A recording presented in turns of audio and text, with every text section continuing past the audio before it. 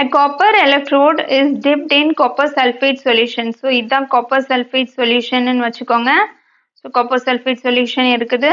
அது எத்தனை molar copper sulfate solution? 0.1 molar. இதுல வந்து ஒரு copper electrode வந்து dip பண்றாங்க அப்படின்னு சொல்லியிருக்காங்க. Calculate the electrode potential of copper. So இப்போ வந்து பேசிக்காக ஸ்டாண்டர்ட் எலக்ட்ரோட் ரிடக்ஷன் பொட்டன்ஷியல் கொடுத்துட்டாங்க. ஸ்டாண்டர்ட்னா என்னது? Copper 2++2 electron is giving copper under conditions of 25 degrees Celsius 1 atmospheric pressure and the copper 2+ வந்து 1 molarity இருக்கும். இது ஸ்டாண்டர்ட் கண்டிஷன். அந்த ஸ்டாண்டர்ட் கண்டிஷன்ல E வேல்யூ என்னது? 0.34 வோல்ட். அதான் கொஸ்டின்ல கொடுத்துருக்காங்க. இப்போ இதுல கான்சென்ட்ரேஷன் மாறிடுச்சுல, 0.1 மொலாரிட்டி. ஸோ டிஃப்ரெண்ட் கான்சென்ட்ரேஷன் இருக்குது. அப்போ அதுக்குள்ள E வேல்யூ என்னதான் இருக்கோ அதுக்கு தான் நம்ம நெர்ன்ஸ்ட் ஈக்குவேஷன் யூஸ் பண்ணுவோம். சரியா? E is equal to E naught. So E நாட்னா என்னது? அந்த ஸ்டாண்டர்ட் கண்டிஷன். இதான் ஸ்டாண்டர்ட் கண்டிஷன். எப்பவுமே ஞாபகம் வச்சுக்கோங்க. இந்த 3 தான் ஸ்டாண்டர்ட் கண்டிஷன். அதுல எவ்வளோ இருக்குது? Minus 0.0591 divided by n log of product divided by reactants. சரியா? ஸோ இதுதான் ஃபார்முலா. ஸோ இது வந்து இன்னொரு இதுவும் எழுதுவாங்க, like E is equal to E naught minus RT by NF ln.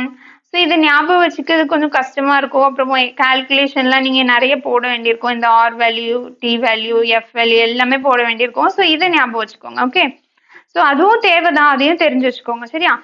So இதுல நம்மளுக்கு இதுல என்னெல்லாம் தெரியும்? n வேல்யூ என்னது? 2 எலக்ட்ரான் கெயின் பண்ணாதான் காப்பர் கிடைக்குது, அதாவது 1 mole of copper. So n value is 2. சரியா?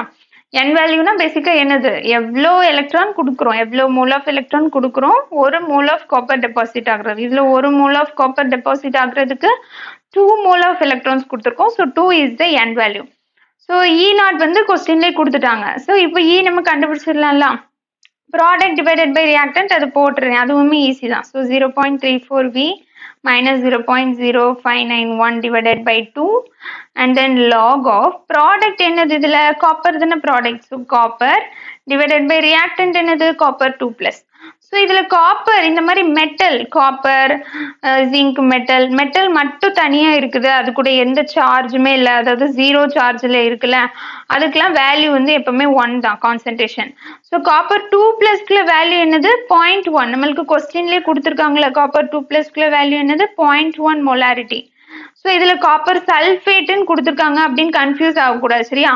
இப்போ 0.1 மொலாரிட்டி ஆஃப் காப்பர் சல்ஃபேட் இருக்குன்னா அதுல 0.1 மொலாரிட்டி ஆஃப் காப்பர் 2+ இருக்கும். அதே மாதிரி 0.1 மொலாரிட்டி ஆஃப் SO4 2- இருக்கும் அந்த சொல்யூஷன்ல. சரியா?